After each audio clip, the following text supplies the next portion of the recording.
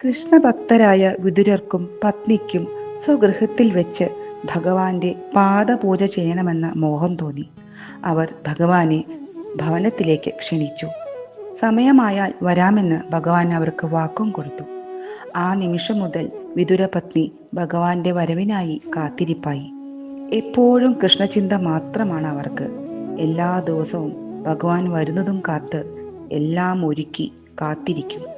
രാത്രിയിൽ ഭഗവാൻ തൻ്റെ ഗൃഹത്തിൽ വരുന്നത് സ്വപ്നം കാണും. അവരുടെ കണ്ണുകൾ കൃഷ്ണചിന്തയിൽ നിറഞ്ഞൊഴുകും. ഭഗവാൻ വരുമ്പോൾ എങ്ങനെ സ്വീകരിക്കണം, എന്തു നൽകണം, എന്തു പറയണം, ഭഗവാൻ എന്തു ചോദിക്കും, ഭഗവാൻ എന്തെല്ലാം പറയും എന്നൊക്കെ ഓർത്ത് ഓരോ ദിവസവും കഴിച്ചുകൂട്ടും. സഹായത്തിനായി വരുന്ന അടുത്ത ഗൃഹത്തിലെ ഉണ്ണിക്ക് കണ്ണൻ്റെ കഥകൾ പറഞ്ഞു കൊടുക്കും. അമ്പാടിയിൽ കണ്ണൻ കാട്ടിയ ഓരോ വികൃതികൾ, വെണ്ണ കട്ടത്, കലമുടച്ചത്, പൈക്കളെ മേച്ചത്, ഗോവർദ്ധനം ഉയർത്തിയത്, അങ്ങനെ എല്ലാം എത്ര പറഞ്ഞാലും ആ അമ്മയ്ക്ക് മതിയാവില്ല. ഒരു ദിവസം വിതുരപത്നി കുളിക്കാൻ പോയ സമയത്ത് കണ്ണൻ വന്നു. വിതുരരും ഗൃഹത്തിൽ ഉണ്ടായിരുന്നില്ല. കണ്ണൻ വരുന്നത് ഉണ്ണി കണ്ടു. ധാരാളം കേട്ടതുകൊണ്ട് കണ്ണനെ കണ്ടതും ഉണ്ണിക്ക് മനസ്സിലായി. ഉണ്ണി ഓടിച്ചെന്ന് ഭഗവാൻ വന്ന വിവരം വിതുരപത്നിയെ അറിയിച്ചു. മുങ്ങി നിവർന്ന ഉടനെയാണ് കണ്ണൻ വന്നു എന്ന് കേട്ടത്. കേട്ട പാതി കേൾക്കാത്ത പാതി ആ അമ്മ കൃഷ്ണ കൃഷ്ണ എന്ന് വിളിച്ചുകൊണ്ട് ഭഗവാന്റെ സമീപത്തേക്ക് ഓടിച്ചെന്ന് ആലിംഗനം ചെയ്തു. ഈ സമയം ഉണ്ണി വേഗം ചെന്ന് അമ്മ ഒരുക്കി വെച്ച പഴങ്ങളും പീഠവും എടുത്തുകൊണ്ടുവന്നു. അത് കണ്ട ആ ഭക്ത കൃഷ്ണ കൃഷ്ണ എന്ന് വിളിച്ചുകൊണ്ട് ഭഗവാന് ഇരിക്കാൻ വെച്ച പീഠത്തിൽ അവർ തന്നെ കയറിയിരുന്നു. ഭഗവാന്റെ കൈ പിടിച്ച് താഴെയിരുത്തി. ഭക്തിയുടെ സച്ചിദാനന്ദത്തിൽ അവർ ഒന്നും തന്നെ അറിയുന്നില്ല. പിന്നീട് പഴം തൊലിയുരിഞ്ഞ് തൊലി ഭഗവാന് നൽകാൻ തുടങ്ങി.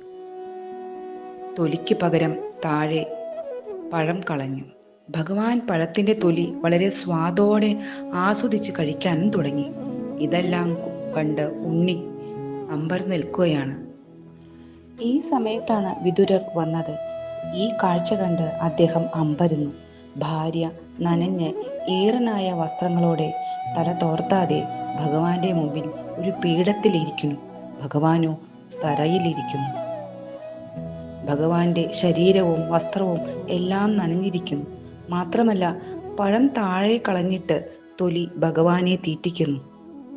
ഭഗവാനാണെങ്കിൽ ഒന്നും അറിയാത്ത പോലെ വളരെ സ്വാദോടുകൂടി അത് ഭക്ഷിക്കുന്നു. അദ്ദേഹത്തിന് സങ്കടം സഹിക്കാനായില്ല.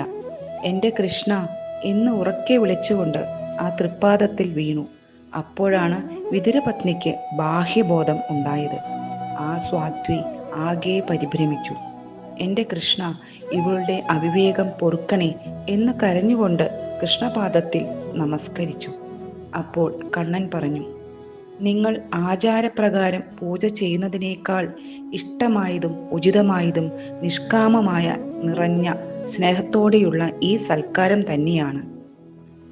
പഴത്തൊലിയോളം സ്വാദ് വേറെ ഒന്നിനുമില്ല. ഇത്രയും ഹൃദ്യമായത് എനിക്ക് അത്യപൂർവമായി മാത്രമേ ലഭിക്കാറുള്ളൂ.